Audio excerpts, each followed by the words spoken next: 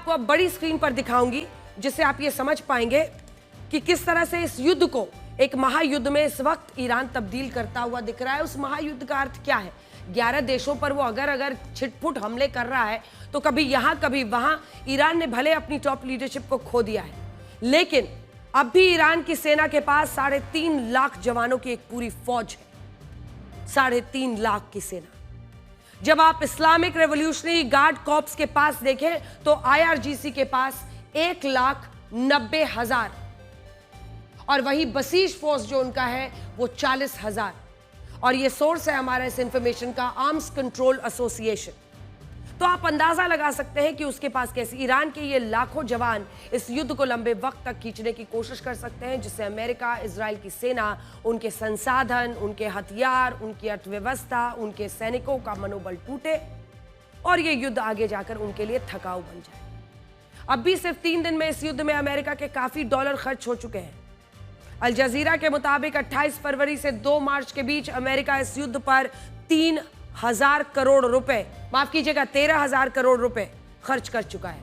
और इसका सोर्स है अल जजीरा, जिसमें वो ये दावा कर रहे हैं कि 28 फरवरी से 2 मार्च तक सिर्फ 13,000 करोड़ रुपए अमेरिका इस युद्ध पर खर्च कर चुका है। इस युद्ध के सिर्फ शुरुआती 24 घंटों में 7,175 करोड़ रुपए, जबकि युद्ध से पहले उसकी तैयारियों पर ही सिर्फ 5,804 करोड़ रुपए खर्च हुए। और ऐसे में सोचिए, अगर ये युद्ध ऐसे ही चलता रहा तो अमेरिका का कितना बड़ा बिल बनने वाला है। और ईरान तो कह रहा है कि ये होकर रहेगा। ईरान के पास 2,600 से ज्यादा टैंक्स है, 188 मिलिट्री एयरक्राफ्ट है, 109 युद्धपोत है। तो इससे आप अंदाजा लगा सकते हैं कि ईरान की पूरी तैयारी और कितने दिनों तक वो इस युद्ध को खींच पाएगा। उसके पास 109 युद्धपोत और पनडुब्बियां भी हैं, जैसा कि हम आपको दिखा रहे हैं। और ईरान की मिसाइलों के बारे में तो आप सुन ही रहे होंगे। ईरान के पास 3,200 मिसाइलों का जखीरा है। ये आ गई आपके सामने मिसाइलों की संख्या। अगर आप इस पूरे इलाके को देखेंगे तो इसकी जो मिसाइल पावर है, इसी मिसाइल शक्ति को अब अमेरिका ने लेटेस्ट गोल पोस्ट यही बनाया है। वो कह रहे हैं कि भाई हम तो ईरान की मिसाइल कैपेसिटी को खत्म करने के लिए युद्ध लड़ रहे हैं। इससे पहले आपने रिजीम चेंज सुना था, इससे पहले आपने सुना था कि ईरान की जनता पुकार रही है अमेरिका को कि आइए हमें बचाइए, आज़ाद कराइए खामनेई से। उसके बाद कहने लगे न्यूक्लियर साइट्स पर हमें खत्म करना है, न्यूक्लियर प्रोग्राम खत्म करना है। लेकिन अब वो कह रहे हैं मिसाइल कैपेसिटी। तो क्या है ईरान की वो मिसाइल कैपेसिटी जिसको खत्म करने के लिए अमेरिका इतनी ताकत झोंक रहा है? ईरान के पास 3,200 मिसाइलों का कुल जखीरा है और हम उसका रेंज आपको दिखाएंगे। सबसे पहले इसमें आपको मैप समझना होगा। ईरान अगर यहाँ पर है तो इराक वहाँ, जॉर्डन, सऊदी अरब 2 बड़े देश जो है, बहरीन, कतर, UAE छोटे देश, उसके बाद यहाँ ये ओमान है, ये गल्फ ऑफ ओमान है और इधर येमेन है। तो ये पूरा मिला के है। अब देखिए ईरान के पास जो ये जखीरा है, इनमें सेजिल 2 की मारक क्षमता जानते हैं कितनी है? 1500 से 2500 किलोमीटर। एक एक करके सबसे पहले हम आपको सेजिल वाला जो आप देख रहे हैं ये वाला रेंज दिखाइए। ये कहां तक जा सकता है? इजिप्ट तक।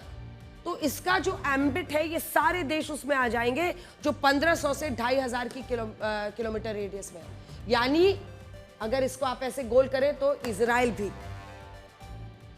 अब आ जाइए कि इसके जो और इसे डांसिंग मिसाइल भी सेजिल को कहा जाता है, जो अपने लक्ष्य को निशाना बनाने का कभी भी वो उससे चूकती नहीं है। और ईरान कह रहा है कि अभी इस मिसाइल को तो उसने दागा ही नहीं है, इसका नंबर तो अब आएगा। यूक्रेन युद्ध पिछले 4 सालों से चल रहा है, जिससे दुनिया ज्यादा प्रभावित नहीं हुई है। एक बार फिर से दिखा दीजिए वो मैप, एक बार जल्दी से, उससे पहले पिछला वाला मैप जल्दी से।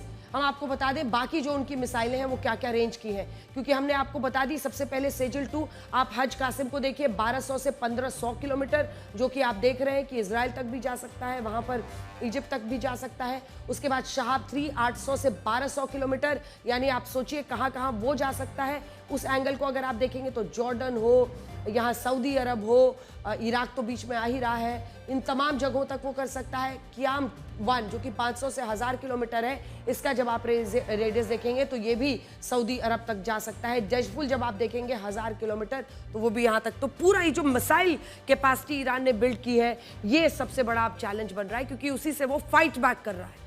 यूक्रेन युद्ध पिछले 4 सालों में चल रहा है, जिससे दुनिया ज्यादा प्रभावित नहीं हुई है, लेकिन अगर ईरान युद्ध 6 महीने भी चलता है तो ये पूरी दुनिया की अर्थव्यवस्था के लिए चैलेंज बन जाएगा।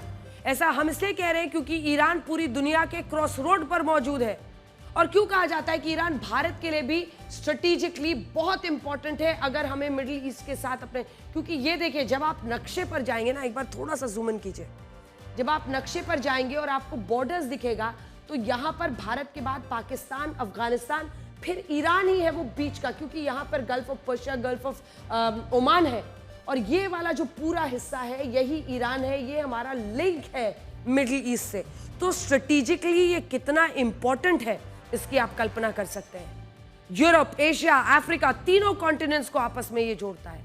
एक तरफ ये एशिया को जोड़ता है, एक तरफ यूरोप को जोड़ता है, एक तरफ अफ्रीका को जोड़ता है।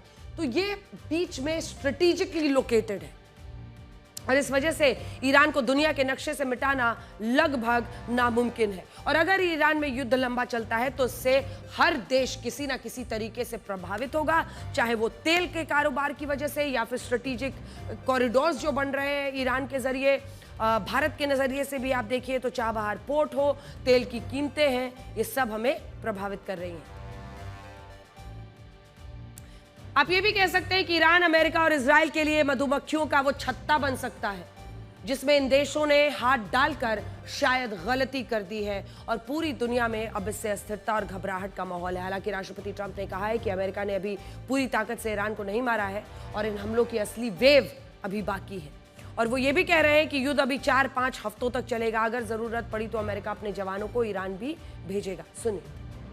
Right from the beginning, we projected 4 to 5 weeks, but we have capability to go far longer than that. We'll do it. Whatever somebody said today, they said, oh, well, the president wants to do it really quickly. After that, he'll get bored. I don't get bored. There's nothing boring about this. Do you agree with that, Pete? I don't think there's anything, Mr. General. I think there's nothing boring about it. Somebody actually said from the media, I think he'll get bored after about a week or two. No, we don't get bored. I never get bored. If I got bored, I wouldn't be standing here right now, I guarantee you that, to go through what I had to go through. We also projected 4 weeks to terminate the military leadership, and as you know, that was done in about an hour, so we're ahead of schedule there by a lot.